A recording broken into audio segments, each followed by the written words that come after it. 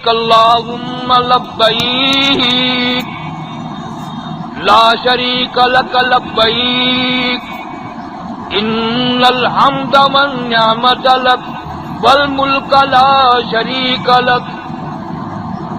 مولا میری میں تیرے در پہ حاضر ہوں، میں اس قابل نہ تھا کہ حاضری دے سکوں، یہ تو تیری کریمی ہوئی کہ مجھے بلا لیا۔ میرا منہ اس قابل کہاں، میری جان اس قابل کہاں، میرا مال اس قابل کہاں کہ تیرے در کی حاضری دوں۔ علماء کرام نے لکھا ہے ایک بڑے میاں بہت دور سے تشریف لائے، مدینے کے علاقے سے، پیر علی کے موقع پر احرام باندھا، 2 رکعت نماز ادا کی، تلبیہ پڑھنے لگا لبیک اللہم لبیک لا شریک لک لبیک، او میرے مولا میں حاضر ہوں۔ غیب سے آواز آئی لا لبیک، تیری حاضری منظور نہیں۔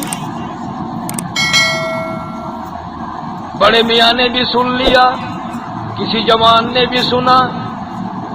نوجوان کہنے لگا بڑے میاں سفر کرو گے، تکلیف اٹھاؤ گے، جب حاضری منظور نہیں پھر جا کے کیا کرو گے؟ بڑے میاں نے رو دیا، تو ایک دفعہ میں یہ آواز سن کر گھبرا گیا، مجھے یہ آواز سنتے سنتے 53 سال گزر گئے۔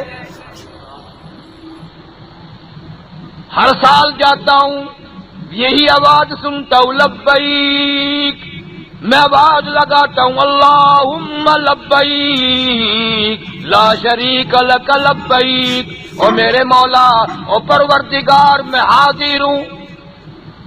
آواز یہی آتی ہے لا لبیک، تیری حاضری منظور نہیں۔ بڑے میاں نے رو دیا، بیٹا نوجوان تم 1 سال یہ خبر سن کر، یہ جواب سن کر گھبرا گئے، مجھے تو یہ آواز سنتے سنتے 53 سال گزر گئے۔ اگر میں وہاں نہ جاؤں میرا کام منظور کرانا نہیں، میرا کام قبول کرانا نہیں، میرا کام اس کی بیٹھے دروازے پہ جبین نیاز کو رگڑنا ہے، میرا کام حاضری دینا ہے، وہ منظور کرے نہ کرے اس کی مرضی۔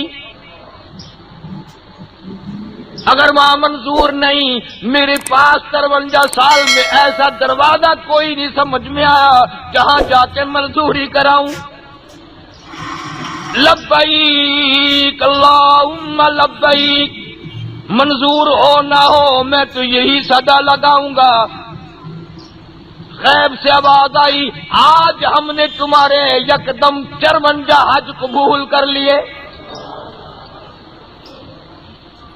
ہم یہی کہلوانا چاہتے تھے کہ تو یوں کہہ دے اور در کوئی نہیں اور دروازہ کوئی نہیں، جاؤں کہاں؟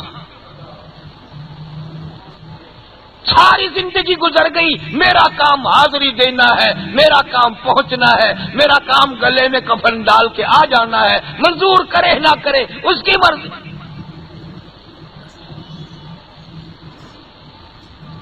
مالک بن دینار رحمت اللہ علیہ بزرگ ہیں، اللہ والے ہیں، لکھتے ہیں کہ میں نے ایک گرمی کی موسم میں دوپہر میں ایک نوجوان کو دیکھا، اور اس حالت میں دیکھا کہ اس کے دونوں پیر نہیں، ہاتھوں کے بل زمین پہ چل رہا ہے، گھسٹ گھسٹ کے چلتا ہے، اور ہاتھ ہو گئی، سواری کوئی نہیں، سامان کوئی نہیں، گلے میں کرتا بھی نہیں، ایک تہمد ہے۔ اور مالک بن دینار رحمت اللہ علیہ فرماتے ہیں اتنا خوبصورت جوان تھا، میں نے زندگی میں اتنا حسین چہرہ نہیں دیکھا، اتنا خوبصورت چہرہ نہیں دیکھا، ہاتھوں کے بل زمین پہ چل رہا تھا، زمین پہ گھسٹ گھسٹ کے چل رہا تھا۔ فرماتے ہیں میں نے اس کا راستہ روکا اور میں نے پوچھا نوجوان کہاں جانا چاہتے ہو؟ مجھے کہنے لگا مالک بن دینار ارادہ میرا بیت اللہ شریف کا ہے، مدینے پاک کا ہے۔ اس حالت میں سواری کوئی نہیں، سامان کوئی نہیں، گلے میں کرتا بھی نہیں۔ انہوں نے کہا اسی حالت میں بھئی آپ چلے کہاں سے اس حال میں؟ کہ میں بلخ بخارے سے چلا ہوں۔ اسی حالت میں کہاں؟ اسی حالت میں کتنا عرصہ گزر گیا چلے ہوئے؟ کہنے لگا 7 برس ختم ہو گئے، 8واں لگا ہوا ہے۔ اسی حالت میں چلتے چلتے، کیا اسی حالت میں چلتے چلتے؟ میں نے کہا کھاتے کہاں سے ہو، پیتے کہاں سے ہو؟ نوجوان کہنے لگا والذی هو یطعمنی ویسقین، وہی کھلاتا ہے وہی پلاتا ہے، وَإِذَا مَرِضْتُ فَهُوَ يَشْفِينِ، مریض ہوتا ہوں وہی تندرستی عطا کرتا ہے۔ سامان کیوں نہیں، سواری کیوں نہیں؟ کہتا ہے میں نے قرآن پڑھ لیا۔ اللہ کہتا ہے کاف آیا عین صاد، اللہ کہتا ہے او میرے دروازے پہ آنے والے، کاف میں تیرے لیے کافی، کاف ہاں میں تیرا ہادی راہ بتانے والا، عین سچا، صاد صادق، میرا سامان یہی ہے، میرا انتظام یہی ہے، کاف آیا عین صاد۔ مالک بن دینار رحمت اللہ علیہ نے راستہ روکا، وہ کہنے لگا اللہ والے 7 برس ہو گئے چلتے چلتے، آج میرے یہاں قیام کر لے، میں تیری خدمت کروں گا، میں کچھ انتظام کروں گا تیرا پہنچانے کا، میں تیرے کپڑے بناؤں گا، تیرے جیسا میرے جیسا ہوتا تو پسر جاتا، سبحان اللہ۔ نوجوان کہنے لگا مالک بن دینار میرا راستہ چھوڑ دے، کیوں؟ اس لیے ہٹو اے دوستو راستہ چاہتا ہوں، ہٹو اے دوستو راستہ چاہتا ہوں، بس اب ایک ہی آشنا چاہتا ہوں۔ اللہ والے تو تھک گیا ہوگا، اتنا عرصہ گزر گیا، اتنی مدت گزر گئی تجھے چلتے چلتے، آج تو آرام کر لے۔ کہنے لگا تھکا نہیں کرتے تیرے دیوانے، مگر چلنے سے رک سکتے نہیں، تیرے دیوانے مگر چلنے سے رک سکتے نہیں، پاؤں تھک جاتے ہیں دل ان کے کبھی تھکتے نہیں۔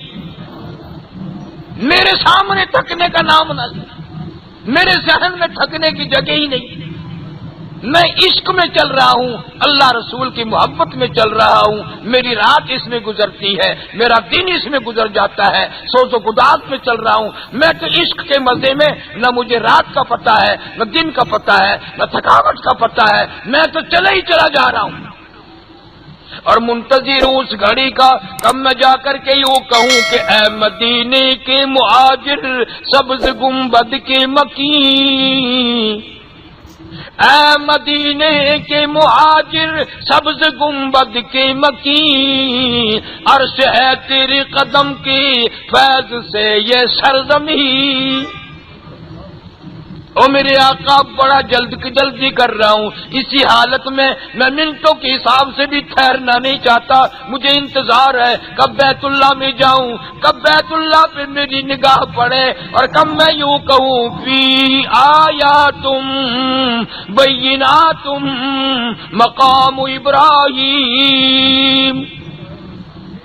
ان اول بیت وضع للناس للذی ببکۃ مبارکا وہدی للعالمین۔ اللہ فرماتے ہیں میں نے دنیا میں سب سے پہلا گھر بیت اللہ شریف اپنا گھر بنایا، اس کا اتنا احترام ہے، جانے والے سے پوچھو حرم شریف میں قدم رکھتے ہی پسینے آ جاتے ہیں، اور حدیث شریف میں آتا ہے پہلی نگاہ میں بیت اللہ پہ پڑھتے ہی اللہ سے جو مانگو وہ دعا قبول ہوتی ہے۔ جیسے آپ لوگ اپنے مہمان کو خوش آمدید کہتے ہیں، حدیث میں آتا ہے کہ اللہ بھی اپنے دروازے پہ آنے والوں کو خوش آمدید کہتا ہے، آ گیا میرا بندہ، دیا حضور آ گیا، مانگ کیا مانگتا۔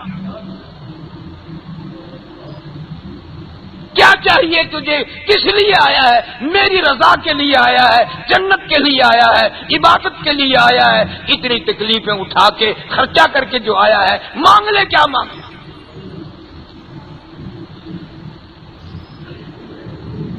اللہ بڑا بے نیاز ہے، اللہ ہم سب کی رگوں سے واقف ہے، دلوں کے حال سے واقف ہے۔ پھر آتے ہی طواف شروع کرتا ہے،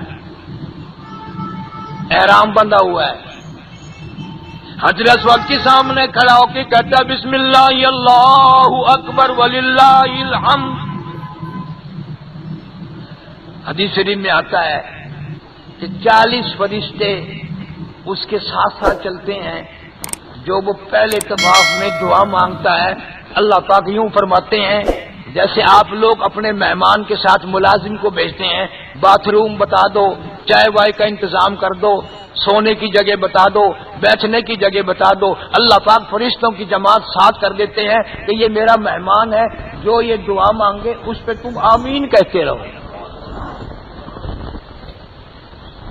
تمہاری ڈیوٹی ہے نوری فرشتے ہو کر میرے سیاکار گناہگار بندے کی دعاؤں پہ آج تو آمین کہو۔ پتہ نہیں کس طرح سے میرے دروازے پہ آیا ہے، مانگنے آیا ہے، فقیر بن کر آیا ہے،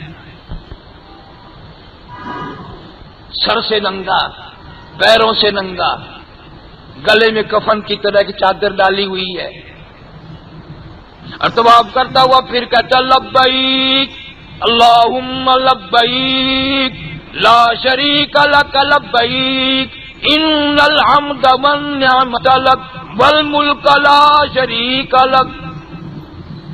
مولا میرے بس میں تو اتنی بات تھی کہ میں تیرے در پہ حاضری ہو جاؤں، مجھے معلوم ہے میرے گناہ اتنے ہیں کہ سمندر کے جھاگ سے زیادہ، میرے گناہ اتنے ہیں ریت کے ذرات سے زیادہ، میرے گناہ اتنے ہیں پہاڑوں کے وزن سے زیادہ، میرے گناہ اتنے ہیں آسمان کے ستاروں سے زیادہ۔ تجھے معلوم ہے میرے گناہ اتنے ہیں کہ درختوں کے پتے کم ہیں، میرے گناہ زیادہ۔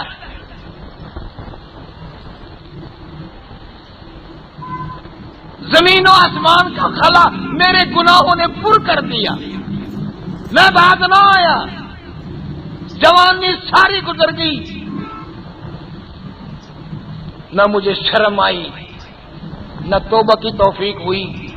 سنا ہے بزرگوں سے کہ تیرے در پہ تقدیریں بنتی ہیں، میں اپنی تقدیر بنانے آیا ہوں، میں اپنی تقدیر بنانے آیا ہوں، میں تیرے دروازے کی بھیک مانگنے آیا ہوں، اور اس لیے آیا ہوں کہ سنتا ہوں تیری کرم سے بے نیاز،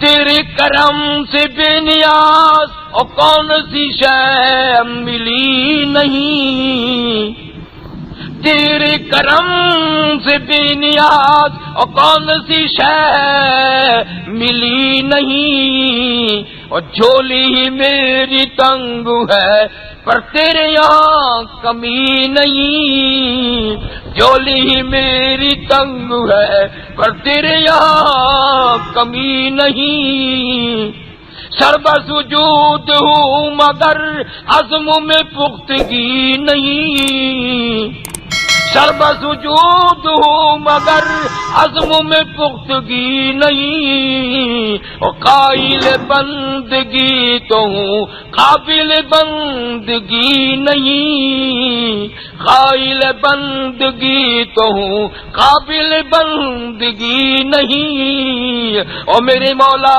میری جھولی خالی نہ لوٹانا، بڑا دور سے آیا ہوں۔ 7 چکر بیت اللہ شریف کے لگاتا ہے، آنکھوں میں آنسو ہیں، دل کے اندر حسرتیں ہیں، تمنائیں ہیں۔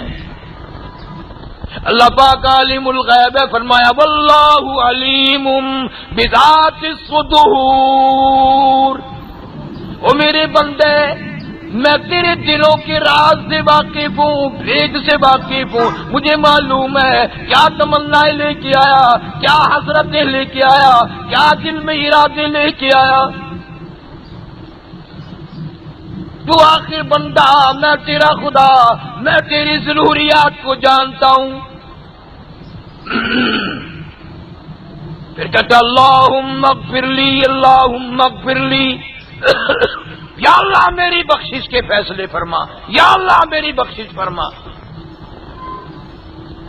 آواز آتی ہے او دیوانے پروانے، تو ماں کو بھول بیٹھا، تو باپ کو بھلا بیٹھا، بیوی آ جانے کے بعد تو نے ماں کو کبھی یاد نہ کیا، اولاد ہو جانے کے بعد تو نے باپ کو کبھی یاد نہ کیا، اور میں کیسے بھلاؤں تیرے ماں باپ تھے، میرے تو وہ بھی بندے تھے،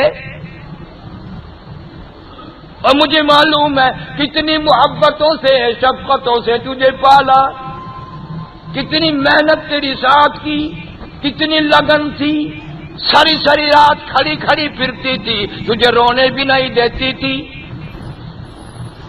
تو بھول گیا۔ اور جن لوگوں کے ماں باپ زندہ ہیں زندگی میں بھول جاتے ہیں، بعد میں کون یاد کرے؟ دعا کے لیے مولویوں کے پاس جائیں گے، پیروں فقیروں کے پاس جائیں گے، مگر گھر میں جو اماں بیٹھی ہے اس کو ساری زندگی میں کبھی نہیں کہنے کا میرے لیے دعا کرنا۔ حالانکہ حدیث پاک میں آتا ہے ماں کی دعا تقدیر بدل دیتی ہے۔ اخلاص سے دعا ماں کرے گی اور کوئی نہیں کر سکتا، درد دل سے دعا کرے گی، برا نہیں منائے گی۔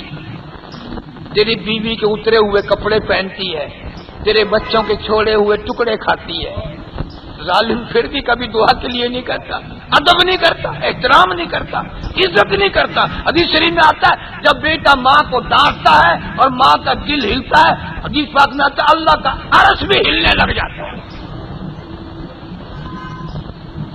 تم نے کیا سمجھا ہے اس ماں کو؟ کوئی کہتا ہے میں پڑھا ہوا ہوں، یہ تو ان پڑھ ہے، اور تیری تو ماں ہے ان پڑھ ہے تو کیا ہے؟ جتنے قاری مولوی ہیں وہ نہیں ادب کرتے اور بابو نہیں کرتے، ہم عالم ہیں، ہم بی اے پاس ہیں، ایف اے پاس ہے، ہماری ماں جاہل ہے، وہ بدتمیز ہے، یوں نہ کو دل میں خیال میں نہ لا، تیری تو ماں ہے، اس سے دعا کرا۔ اور پڑوس میں جا کر کبھی تیرے گھر کی بے عزتی نہیں کراتی، کبھی نہیں کہتی کہ میں بچوں کے ٹکڑے بچے ہوئے کھاتی ہوں، نو کے دلہن کے اتری ہوئی جوتیاں پہنتی ہوں، اتارے ہوئے کپڑے پہنتی ہوں۔ رات کو بیوی تو سو جائے گی، ماں دروازے کی طرف کان لگائے بیٹھی، ابھی آیا کہ نہیں، آیا کہ نہیں، ابھی آیا کہ نہیں۔ آواز آتی ہے ربی جعلنی مقیم الصلاۃ ومن ذریتی، میرے بندے آ گیا میرے دروازے پر، لبیک لبیک اللہم لبیک۔ او میرے بندے مجھے معلوم ہے اسٹیشن تک بھی تیری اولاد ساتھ آئی تھی، بندرگاہ تک بھی ساتھ آئے تھے، بڑے خوش تھے، پیسے بنائے، تیاری کی، تجھے روانہ کیا۔ آج میں خدا میرے دروازے پہ تو پہلی مرتبہ آیا، طواف کر رہا ہے، جھولی پھیلا دے، اپنے لیے اکیلی کی دے ماں مانگ، اپنی اولاد کے لیے بھی دعا مانگ۔ اور یہ بھی تعلیم دے دی اولاد کے لیے میرے دربار میں کوٹھی مانگ نہ مانگ، بنگلہ مانگ نہ مانگ، لیکن یہ مانگ رب جعلنی مقیم الصلاۃ ومن ذریتی، سب سے پہلے یہ دعا مانگ یا اللہ میری اولاد کو نمازی بنا۔ یہ قرآن کی تعلیم ہے، خدا تعلیم دے رہا ہے بچوں کے لیے یہ دعا کر، اور تو بنگلوں کے لیے نہ مر، کوٹھیوں کے لیے نہ مر، ملازمتوں کے لیے نہ مر، لمبے چوڑے کاروبار کے لیے نہ مر، نماز کے لیے دعا مانگ، اور کم سے کم تیرا جنازہ اٹھائیں گے تو نمازی کو اٹھائیں گے۔ رب جعلنی مقیم الصلاۃ ومن ذریتی، یا اللہ میں تیرے دربار میں حاضر ہوں، میری اولاد کو نمازی بنا دے، پکا یقین والا بنا دے۔ ربنا وتقبل دعا، تو اس دعائیں قبول کرنے والا، تیرے دروازے پہ دنیا آتی ہے، دنیا کی تقدیریں بنتی ہیں۔ خدا کے قرآن کو دیکھو، اللہ میاں کی ذات کو دیکھو. فرمایا اچھا تو نے اپنے لیے بھی مانگ لیا، اپنی اولاد کے لیے بھی مانگ لیا، اور تیرے ماں باپ بھی تو کبھی تھے، تو ان کو بلا بیٹھا، اور میں کیسے بلاؤں، میرے تو وہ بھی بندے تھے. آج تو میں نے دریائے کرم بہایا ہوا ہے، بخشش کا دریا کھولا ہوا ہے، تو میرے گھر کا طواف کر رہا ہے، پہلی مرتبہ آیا ہے، جو مانگے گا وہی دوں گا. آج تو ماں باپ کے لیے بھی مانگ. فرمایا ربنا اغفر لی ولوالدی، یا اللہ میرے ماں باپ کی بخشش فرما. نے کہا یہ بھی مانگنا، دکان کی مکان کی دعائیں مانگ رہا ہے، وہ ماں باپ کے لیے بھی مانگ. اور اسی پر بس نہیں، اللہ کتنا کریم ہے، فرمایا اولاد کے لیے بھی مانگ لی دعا، ماں باپ کے لیے بھی مانگ لی، محلے کے، برادری کے، خاندان کے غریب مرد عورت بھی تو جب تم چلے آئے تھے، کئی عورتوں نے آنسو بہا کے کہا تھا نا میرے لیے بھی دعا کرنا، کئی مردوں نے کہا تھا میرے لیے بھی دعا کرنا. تجھے سفر کی وجہ سے بھول گیا، تجھے میرے گھر میں آ کے بھول گیا، اور میں کیسے بلاؤں. وہ یوں کہنے والے میرے تو بندے تھے نا، جنہوں نے تجھے کہا تھا میرے لیے بھی دعا کرنا، میرے لیے بھی دعا کرنا. تو سفر کر کر کے تکلیفیں اٹھا اٹھا کے ان سب کو المؤمنین یوم یقوم الحساب، ان سب کے لیے دعا مانگ، محلے والوں کے لیے مانگ، یار دوستوں کے لیے مانگ، رشتہ داروں کے لیے مانگ، سب کے لیے جھولی پھیلا دے. میرے خزانے میں کوئی کمی نہیں، مانگنا تیرا کام ہے، جھولی بھرنا میرا کام ہے.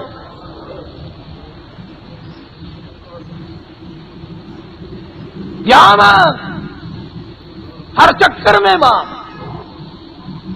اور میں تجھے یہ نہیں کہتا کہ دین مانگ، میں جانتا ہوں تم بندے ہو، دنیا مقدم کرو گے. کہاوتوں میں بھی لوگوں نے بنا رکھا ہے نا کہ دنیا سے، دین سے دنیا بھاری ہے. لوگ کہتے ہیں نا جی کیا کریں دین سے دنیا بھاری ہے. فرمایا پہلے چل تو بھاری مانگ لے. ربنا آتنا فی الدنیا حسنہ، یا اللہ ہماری دنیا اچھی کر دے، وفی الآخرۃ حسنۃ وقنا عذاب النار. فرمایا چل تو پہلے دنیا مانگ لے پھر دین مانگ لے، لیکن یہ نہ سمجھنا کہ دنیا پہ تیرا گزارا ہو جائے گا. دین کے بغیر تیرا گزارا نہیں ہوگا. زمین کتنی ہو، بنگلے کتنے ہی ہو، کوٹھیاں کتنی ہو، تیرے پاس دولت کتنی ہو، دین نہیں. اللہ فرماتے ہیں تیرا جنازہ اٹھانے والے بھی نمازی نہیں ہوں گے، تیری قبر کھودنے والے بھی نمازی نہیں ہوں گے، تجھے غسل دینے والے بھی نمازی نہیں ہوں گے. دل کی حسرتیں مانگ، مٹا مانگ جو مانگتا ہے. آخرت کا سوال کر، قبر حشر کا سوال کر، تندرستی اور صحت مانگ، بیماریوں سے شفا مانگ، دوست احباب کے لیے مانگ. دریائے کرم عام جو ہے کھلا ہوا ہے.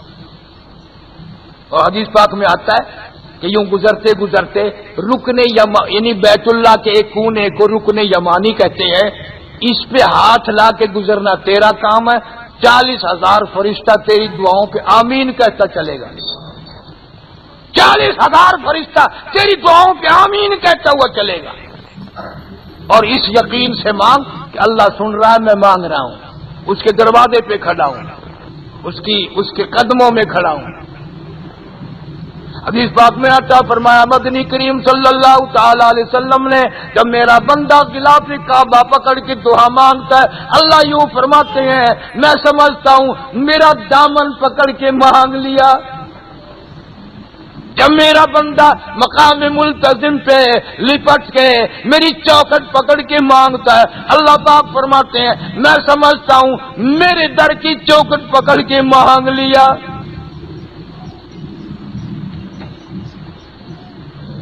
حدیث شریف میں آتا ہے جو چولی خالی لوٹاتے ہوئے مجھے شرم آتی ہے، پھر اس کی خالی جھولی میں نہیں لوٹا سکتا.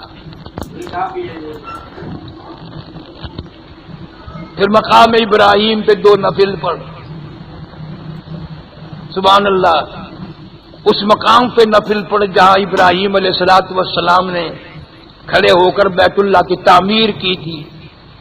وہ پتھر موجود ہے جس پتھر پہ کھڑے ہو کر خلیل نے تعمیر کی.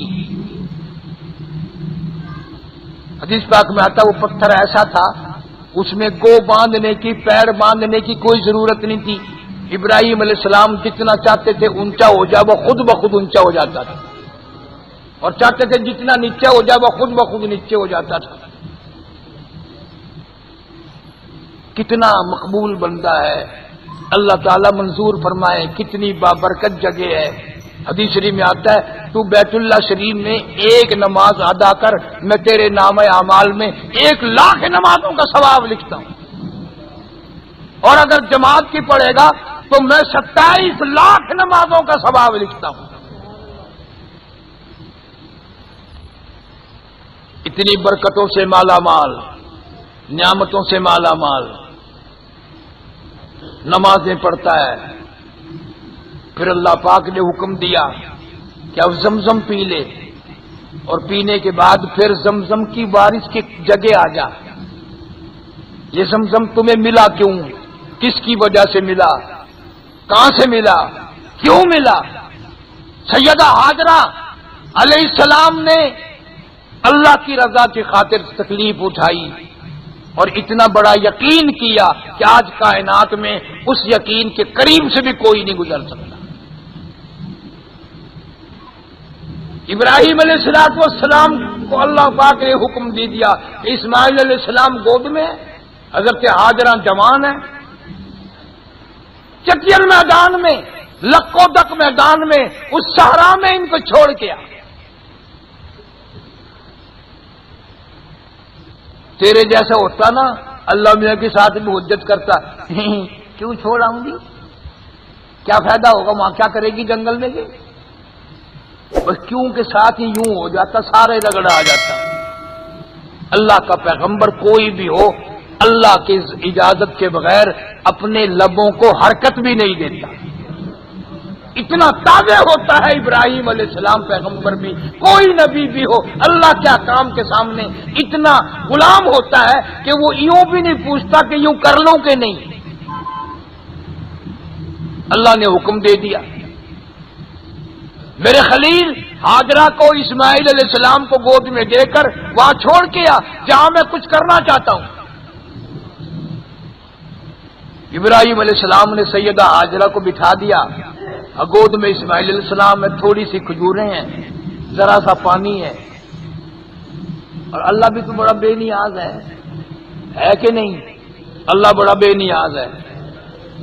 فرمایا میرے خلیل ہاجرہ کو بٹھا کے جب چلو گے خدا حافظ نہیں کہنا، خدا حافظ بھی نہیں کہنا، اور یوں بھی نہیں کہنا میں جا رہا ہوں، میں چلا ہوں. کیوں؟ اگر تم نے کوئی لفظ کہے تو ہم ہاجرہ کے یقین کو کیسے دیکھیں گے؟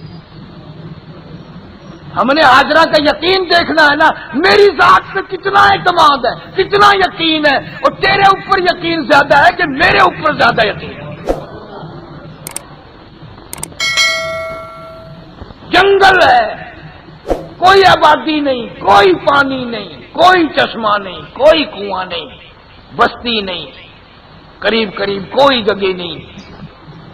حضرت ہاجرہ بیٹھی ہیں اور دور تک دیکھتی رہی. ابراہیم علیہ السلام جا رہے ہیں جا رہے ہیں جا رہے ہیں. پھر دل میں آیا یہ کہاں جا رہے ہیں؟ کھڑی ہو گئی، آخر گھر والا تھا نا. کھڑی ہو کر آواز دی یا ابراہیم. اب بتاؤ مڑ کے دیکھنا چاہیے تھا کہ نہیں؟ بیوی گھر والی بلا رہی ہے. اللہ پاک نے حکم دیا میرے خلیل تو آپ نے پیچھے مڑ کے بھی نہیں دیکھنا. کیوں؟ اس لیے ہم ہاجرہ کے یقین کو دیکھیں گے. اگر تم نے مڑ کے دیکھا اس کے یقین میں کبھی کمی نہ ہو جائے. پھر آواز دی یا ابراہیم، کوئی جواب نہیں. چلے جا رہے ہیں. پھر تیسری آواز دی یا ابراہیم، نہ مڑ کے دیکھا، نہ کوئی جواب دیا، ہاں نہ ہوں۔ اللہ اکبر۔ اب حضرت ہاجرہ علیہ السلام نے عرب کی طاقتور مائی سینے سے اسماعیل علیہ السلام کو لگایا تو دوڑی ہے، زور سے دوڑ لگائی، ابراہیم علیہ السلام کا آ کے راستہ روک لیا۔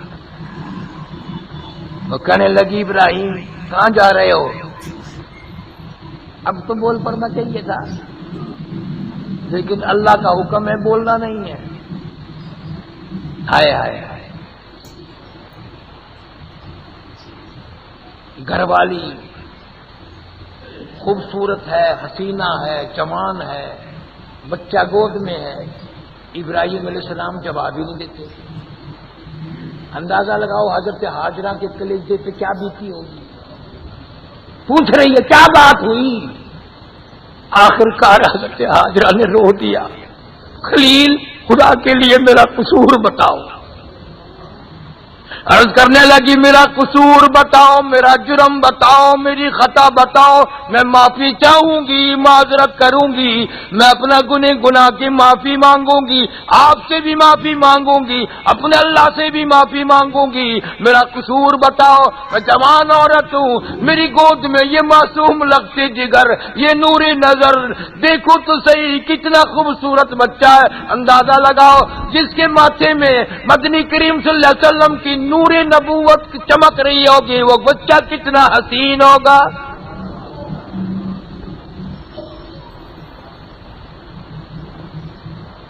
بولتے نہیں ہیں ابراہیم علیہ السلام۔ ہماری گھر والی اگر ناراض ہو جائے جان نکل جاتی ہے، ماں کو تو گاڑی والی دے بھی دیں گے، اس کے پیچھے لگ کر کے باندھنے گھر میں کی گل اور دس دن میں مر جانا ہے، میری خدا دی قسم ہے میری جند نکل جانی ہے، دس دے کی گل ہے۔ روئی ہے حضرت ہاجرہ، اللہ پاک نے خلیل کو اجازت رونے کی بھی نہ دی کہ ہاجرہ کے ساتھ رونے ہی لگ جائے، ترلا کر رہی ہے خدا کے لیے میرا قصور بتاؤ، میرا جرم بتاؤ، میری خطا بتاؤ، میرا جرم بتا دو۔ کوئی جواب نہیں۔ حضرت ہاجرہ کے دماغ میں اللہ نے ڈالی، پھر اخیر میں کہنے لگی خلیل اتنی بات بتا دو، مجھے تو یہاں چھوڑ کے جا رہے ہو، کہیں اس رب العالمین کا تو حکم نہیں، اس حاکم الحاکمین کا تو حکم نہیں ہو؟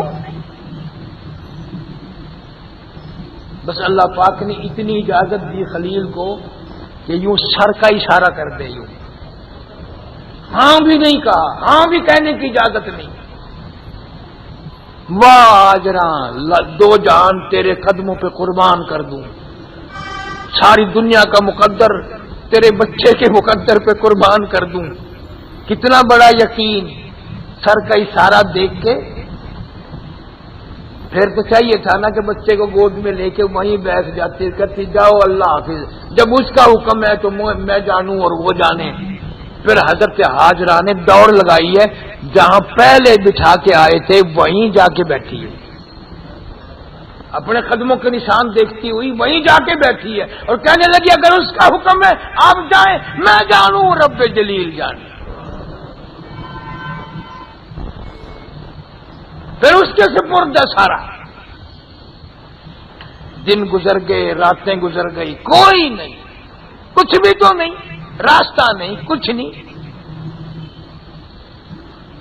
حدیث پاک میں آتا ہے بعض دن سارا دن 24 گھنٹے میں حضرت ہاجرہ نے ایک کھجور کھائی، ایک گھونٹ پانی پیا، آخر وہ کھجوریں بھی ختم، وہ پانی بھی ختم، چھاتیوں سے دودھ اترنا بند ہو گیا۔ اسماعیل علیہ السلام کو بھوک پیاس نے اتنا تنگ کیا، اتنی لمبی زبان باہر نکلی۔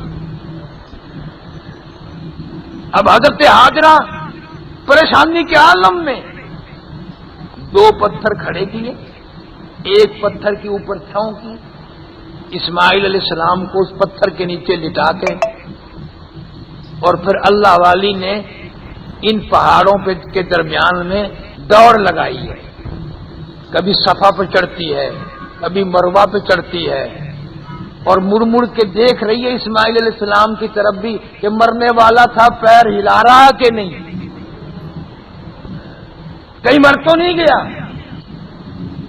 جب 7ویں مرتبہ صفا پہاڑ پہ چڑھی تو کانوں میں کوئی آواز سی آئی، تو رو کے کہنے لگی میں نے آواز تو سن لی، میرا بچہ اگر چل بسا تو میں تیری امداد کا پھر کیا کروں گی۔ مڑ کے جا کے دیکھتی ہے اسماعیل علیہ السلام کی نرم و نازک ایڑیاں جو روتے ہوئے بچہ رگڑتا ہے، وہاں سے پانی کا چشمہ پھوٹ آیا۔ حضرت ہاجرہ علیہ السلام نے اس پانی کو روکنے کے لیے یہ لفظ حضرت ہاجرہ کی زبان سے نکلے اس وقت زم زم زم، رک جا رک جا، ٹھہر جا ٹھہر جا، چاروں طرف بنی بنا دی اور پیا ہے۔ حدیث پاک میں آتا ہے یہ پانی روٹی کا کام بھی دیتا ہے، پانی کا کام بھی دیتا ہے، 70,000 بیماریوں کی دوا ہے یہ زمزم۔ اور میں ابھی سن کے آیا کہ سعودی حکومت نے مدینہ منورہ تک پائپ فٹ کرنے کا فیصلہ کیا کہ زمزم پائپ کے ذریعے مشینوں کے ذریعے پہنچائیں گے، لیکن سارے انجینئروں فیل ہو گئے، ساروں کی ہنرمندی فیل ہو گئی، زمزم کا پانی پائپ کے ذریعے حرم سے باہر نکلا ہی نہیں، پائپ میں چڑھا ہی نہیں۔ اٹھا کر لے جاؤ، ٹینکر بھر بھر کے لے جاؤ، یوں نہیں بے ادبی ہوگی۔ حضرت ہاجرہ علیہ السلام نے جو 7 چکر لگائے، اب دیکھو یہ اللہ کی بے نیازی ہے، کسی کے سجدے رد فرما دے، 500 سال کی عبادت رد کر دے، اور کسی کا دوڑنا بھاگنا منظور فرما لے۔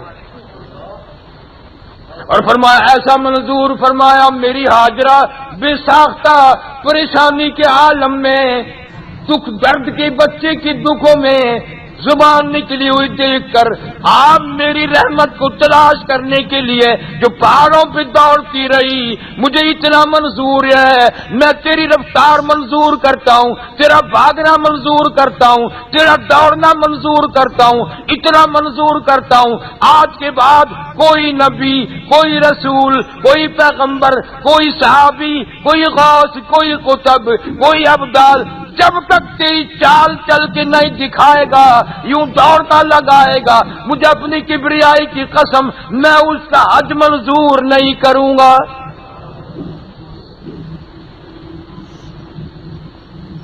تیری رفتار پہ، تیری دوڑ پہ مجھے اتنا پیار آیا، تیرے دوڑنے بھاگنے پہ مجھے اتنا پیار آیا، جب تک تیری چال نہ چلے گا، توڑ نہ چرے گا، میں اس کا نہ عمرہ منظور کروں گا نہ حج منظور کروں گا۔ فرمایا ان الصفا والمروۃ من شعائر اللہ، ان الصفا والمروۃ من شعائر اللہ، فمن حج البيت او اعتمر فلا جناح عليه ان يطوف بهما ومن تطوع خيرا فإن الله شاكر عليم، ومن تطوع خيرا فإن الله شاكر عليم۔ ہاجرہ تیری توڑ چرے گا، دوڑ لگائے گا، پسینہ آئے گا، میرا کپڑا پہنا ہوا حرم احرام کا کپڑا ہلے گا، خدا کی قسم اگر آج کے بعد یہ کبیرہ گناہ نہیں کرے گا، اس کپڑے سے جو ہوا نکلی میں اس کو جنت کی ہوا بنا دوں گا۔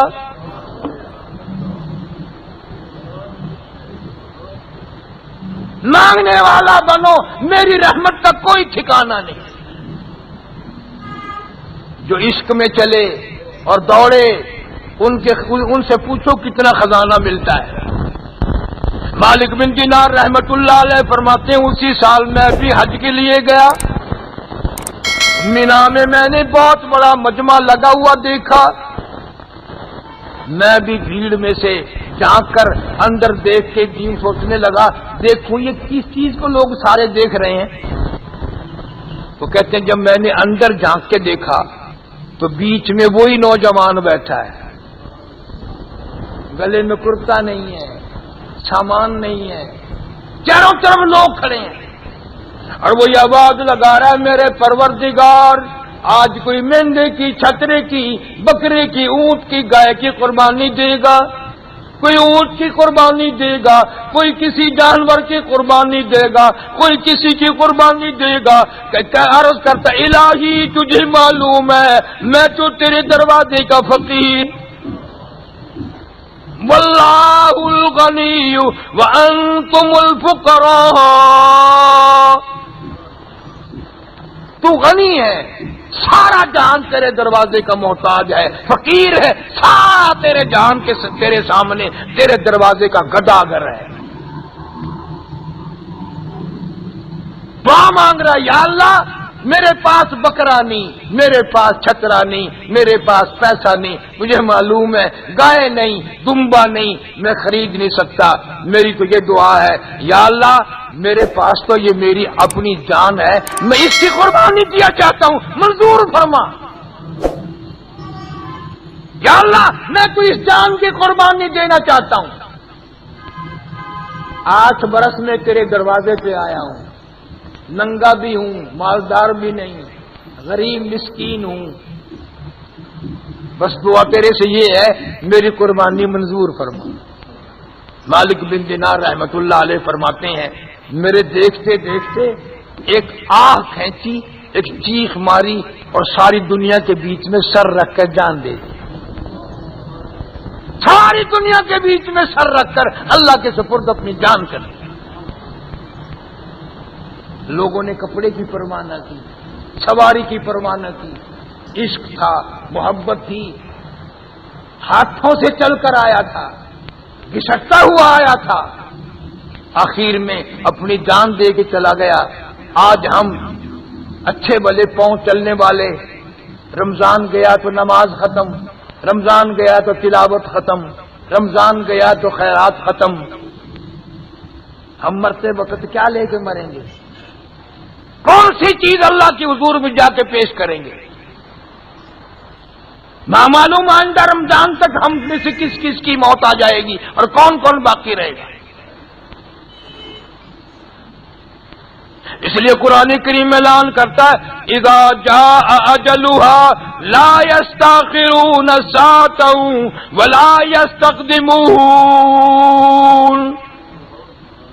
جب وقت آ جائے گا ایک سیکنڈ ادھر ادھر نہیں ہوگا. پوری دنیا کی فوج مل کر کسی کا ایک سانس نہیں بڑھا سکتی, پوری دنیا کی دولت مل کر کسی کا ایک سانس نہیں بڑھا سکتی. اب معلوم نہیں میرا تیرا وقت رات کو آئے گا, دن میں آئے گا, گھر پہ آئے گا, سڑک پہ آئے گا, چلتے چلتے آئے گا یا نماز پڑھتے آئے گا, قرآن پڑھتے موت آئے گی یا کلمہ پڑھتے ہوئے موت آئے گی, کسی کو معلوم نہیں زنا کرتے ہوئے موت آئے گی, جوا کھیلتے ہوئے موت آئے گی یا شراب پیتے ہوئے موت آئے گی. ہم لوگ ڈرتے ہی نہیں, اللہ سے پناہ نہیں مانگتے, توبہ نہیں کرتے. عاشقوں کا کام یہی ہے کہ یوں جان دیا کرتے ہیں, اور ایک نہیں ہزاروں نے جان دی, ہزاروں نے جان دی. بڑے بڑے ولی, بڑے بڑے قطب اور ابدال اللہ کے دروازے پہ پڑھ کے وہیں مر گئے. اللہ سے موت بھی دعا مانگی کہ اللہ مدینے کی موت عطا فرما, حرم محترم بیت اللہ شریف کی موت عطا فرما. تم اپنے وسائل کو, حالات کو نہ دیکھا کرو, اللہ سے مانگا کرو یا اللہ اپنے در کے نبی کے در کی زیارت فرما, موت سے پہلے بیت اللہ شریف کی زیارت نصیب فرما, روضہ اقدس صلی اللہ علیہ وسلم کی زیارت نصیب فرما, اس حبیب کبریا حضرت محمد مصطفیٰ صلی اللہ علیہ وسلم کے دروازے کی غلامی نصیب فرما, اطاعت, محبت, عظمت نصیب فرما. یہ چند باتیں جو سفر میں پیش آئی دوست احباب کے سامنے نقل کر دی. انشاءاللہ اگلے جمعے کو شوق سے جب تشریف لاؤ گے تو مدینہ منورہ کی کچھ باتیں عرض کروں گا.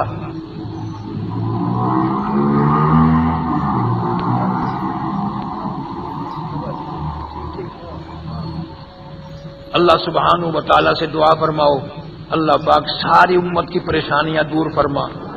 اللہم صلی وسلم وبارک علی سیدنا و مولانا محمد وعلی آل سیدنا و مولانا محمد مبارک وسلم وصلی علیہ. انشاءاللہ جن کو مدینے سے پیار ہے وہ اگلے جمعے خود بھی آئیں گے، دوستوں کو بلائیں گے. اللہ پاک ہر مسلمان کو حج بیت اللہ نصیب فرما اور روضہ اقدس صلی اللہ علیہ وسلم کی زیارت نصیب فرما. یا اللہ سارے بیماروں کو شفا عطا فرما. جتنے لوگ دنیا سے رخصت ہو گئے سب کی قبروں کو جنت کا باغ بنا. میرے دوست ہیں حاجی محمد صفدر صاحب، جوان بچہ 18-20 سال کی عمر کا ایکسیڈنٹ میں دنیا سے رخصت ہو گیا.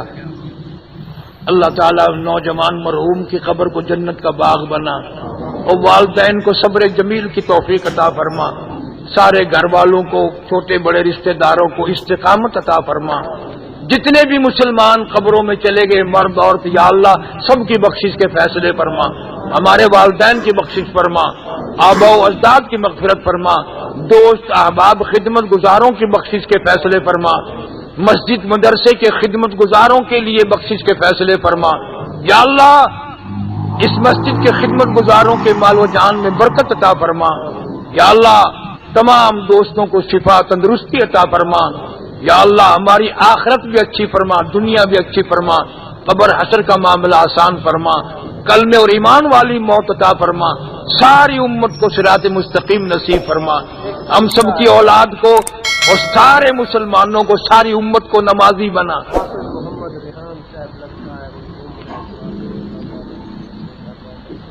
گم ہے، اللہ تعالیٰ سے بچے کی اور خیریت کے ساتھ واپس گھر پہنچائے. جو پریشانیاں ہیں سارے حضرات کو اللہ اپنے کرم و فضل سے دور فرما، جائز مقاصد میں کامیاب فرما.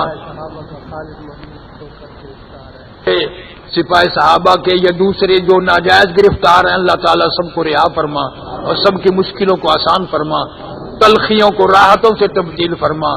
ربنا تقبل منا انک انت السمیع العلیم وتب علینا انک انت التواب الرحیم. عبد الرحمان، حاجی عبد الرحمان کی والدہ کئی سال ہو گئے انتقال کر گئی. میری بہن تھی، میں 27ویں کو ان کے یہاں رمضان المبارک میں بیان کرتا تھا. میں مدینہ پاک میں تھا. الحمدللہ میں نے اس حج مائی کے لیے